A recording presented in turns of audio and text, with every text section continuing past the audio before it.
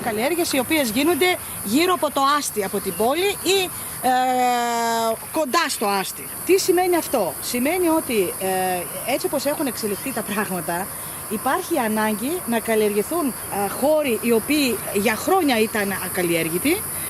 Παράδειγμα, όπως είναι τα πρώην στρατόπεδα, όπως είναι άλλα πάρκα τα οποία είναι χαλάσματα πια, είναι παρατημένα από το κράτος, παρατημένα από κάθε συντήρηση κτλ. Είναι δηλαδή μέρη τα οποία θα μπορούσαν να αξιοποιηθούν καλλιεργούμενα. Δεν είμαστε δημοτικός λαχανόκηπος, είμαστε ένας αυτοδιαχειριζόμενος λαχανόκηπος και έτσι ξεκινήσαμε.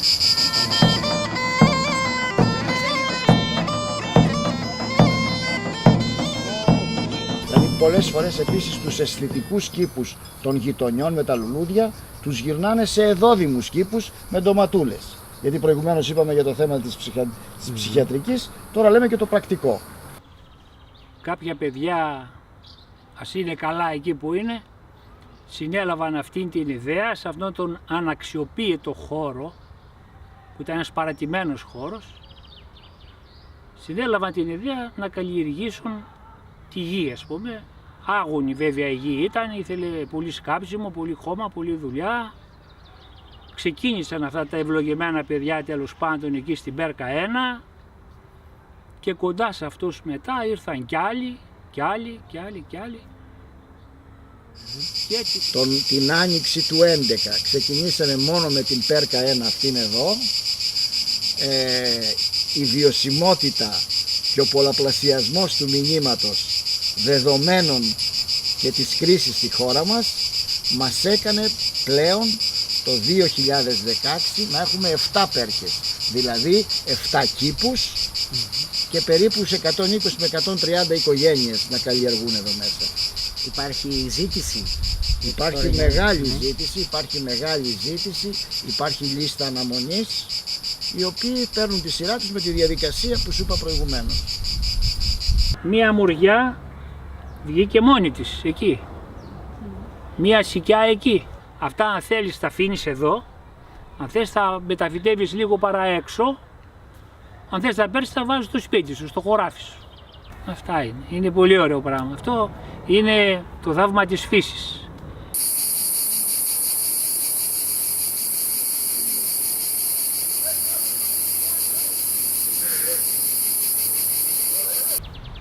Αν είναι να τρώμε φάρμακα, παίρνουμε από τη λαϊκή.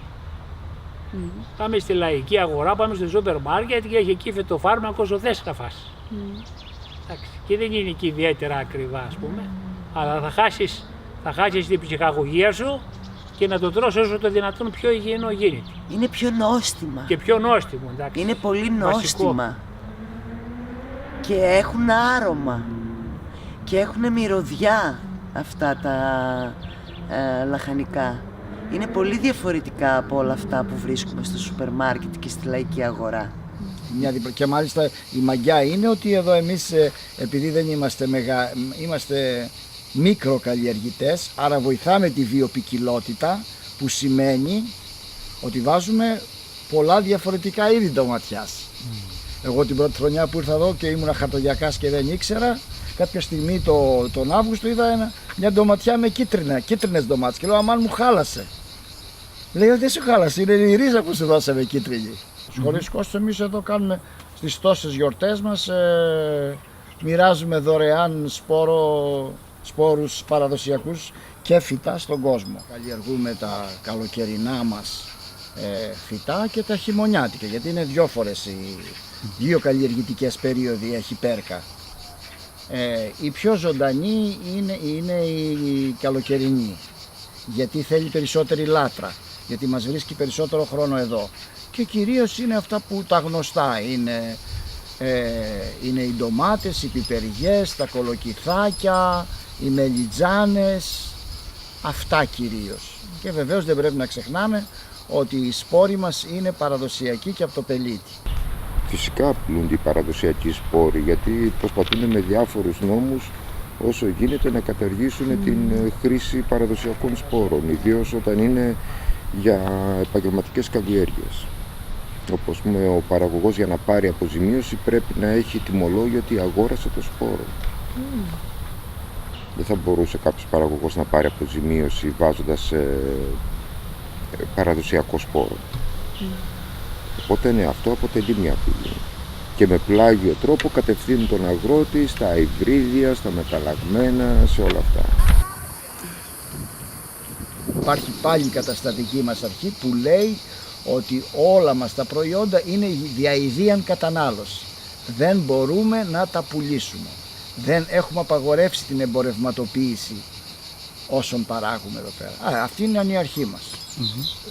Γι' αυτό βέβαια που δεν είναι κατά ανάγκη σωστό, θα μπορούσε όπως σε άλλα κράτη κάποιοι να κερδίζουν ένα αξιοπρεπή μισθό, ένα αξιοπρεπές κέρδος από την παραγωγή τους και κάνοντας και καλό στην κοινωνία, διότι παράγονται πολύ καθαρά προϊόντα, αλλά στο κράτος μας δεν υπάρχει το θεσμικό πλαίσιο για να μπορούν τέτοιοι καλλιεργητές να πουλάνε τα πράγματά τους. Και εδώ ερχόμαστε στη διατροφική αλυσίδα. Εδώ βέβαια δεν απαγορεύεται, αλλά είναι ένας από τους όρους συμμετοχής στην Πέρκα ότι τα πράγματα που παράγονται εδώ δεν είναι για πούληση. Είναι για την εξυπηρέτηση της οικογένειας και εγώ όταν περισσεύουν για διάφορους ανθρώπους που έχουν ανάγκη, κατά κύριο λόγο. Τα φυτά να αποδίδουν στο μέγιστο, στο 100%, θα υπάρχει πλεονασμός. Δηλαδή θα περισσεύουν. Πολλοί εδώ συνάδελφοι, φίλοι, μεμονωμένα παίρνουν σακούλες, πάνε σε οικογένειες οι οποίες δυσκολεύονται ακόμα και μια σακούλα οπορικά να τα αγοράσουν και βοηθάνε εκεί. Παλιότερα ήμασταν πιο πολύ οργανωμένοι και πηγαίναμε και στο κάτω στα συσίτια, δίναμε στα τέτοιες ομάδες. Κάπως έχει ατονίσει τώρα, δεν ξέρω για ποιο λόγο. Αλλά πάλι γίνεται αυτή. Φέρει ποινικό προχθές, πήγα μια σακούλα ντομάτες, έδωσα σε μια κυρία. Μια έκανε και τι και σε ευχαριστώ. Κοίταξε, δεν πρέπει να ξεχνάμε ότι έχουμε αποφασίσει, καταστατική μας αρχή είναι να είναι οι καλλιέργειες περιβαλλοντικά φιλικές. Τι σημαίνει αυτό? Σημαίνει επειδή έχουμε πρόβλημα και με το νερό, πρέπει να φροντίζουμε να είναι λίγο το νερό του ποτίσματος. Πώς το καταφέρουμε αυτό? Μειώνουμε την εξάτμιση. Πώς μειώνουμε την εξάτμιση? Με αχυροκάλυψη. Πολλές φορές θα δεις άχυρα κοντά στις ρίζες των φυτών μας. Το κάνουμε για να μην έχουμε μεγάλη εξάτμιση του νερού. Να μην, στο πλαίσιο αυτό, στο πλαίσιο της περιβαλλοντολογικής καλλιέργειας, συλλέγουμε νερό από τη βροχή. Οι αποφάσεις παίρνονται μόνο από τη Γενική Συνέλευση. Υπάρχει Γενική Συνέλευση της κάθε Πέρκας και υπάρχει Γενική Συνέλευση όλων των Περκών. Η Πέρκα τουλάχιστον μια φορά τον μήνα κάνει τη Γενική της Συνέλευση. Προσπαθούμε να έχουμε ομοφωνία. Εάν δεν έχουμε ομοφωνία, τότε πάμε στη λύση της πλειοψηφίας, ας πούμε.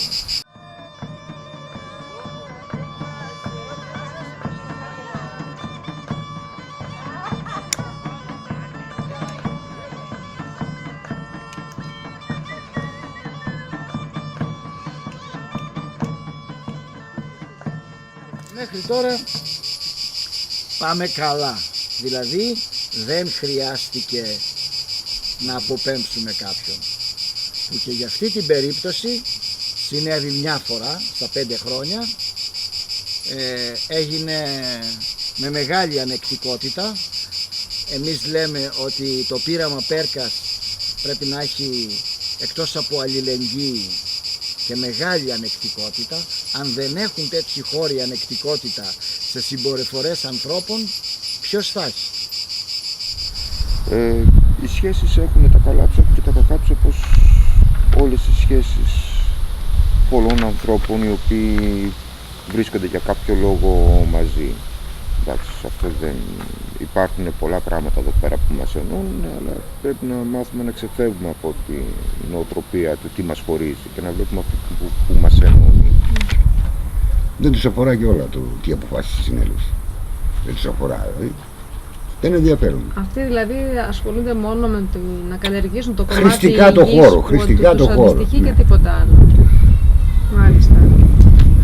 Απλώς όταν ξεκίνησε αυτό το εγχείρημα ήταν οι 15-20 πρώτοι, οι οποίοι ας πούμε παιδί μου το υποστηρίζουν αυτό ομόφωνα και συνεχιζόταν.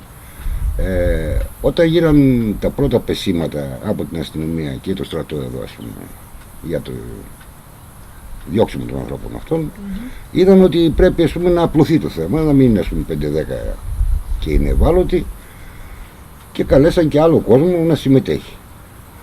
Όπως σε όλα τα εγχειρήματα, όταν πλακώνει πολλοί κόσμος, τα πράγματα αρχίζουν και μπερδεύονται. Δηλαδή βλέπεις τώρα ας πούμε περιφραγμένα, πώς να το πω, περιφραγμένους μπαξέδες, καυγάδες για το νερό, καυγάδες για το λάστιχο, καυγάδες για το εργαλείο.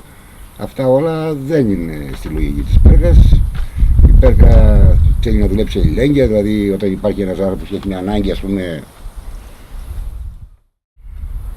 είναι σημαντικό να είναι κάποιος αυτόνομος και αυτάρκης, να μην εξαρτάται ας πούμε από άλλους εξωγενείς παράγοντες.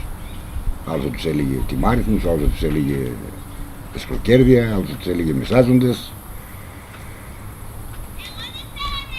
Αυτό απλά είναι ένα πείραμα, δηλαδή δείχνει ρε παιδί μου έναν τρόπο. Αλλά για να έχει επιτυχία ένα τέτοιο πράγμα πρέπει να υπάρξουν και άλλοι πολλοί παράγοντες. Δηλαδή δεν, ας πούμε το ότι υπάρχουν ας πούμε τώρα 120 καλλιεργητές στη δυτική περιοχή της Θεσσαλονίκης όπως ξέρω, που δεν υπάρχει άλλος χώρος όπως από αυτόν, και κάποια άλλη χώρη ας πούμε ανατολικά, δεν σημαίνει ότι λύθηκε το πρόβλημα.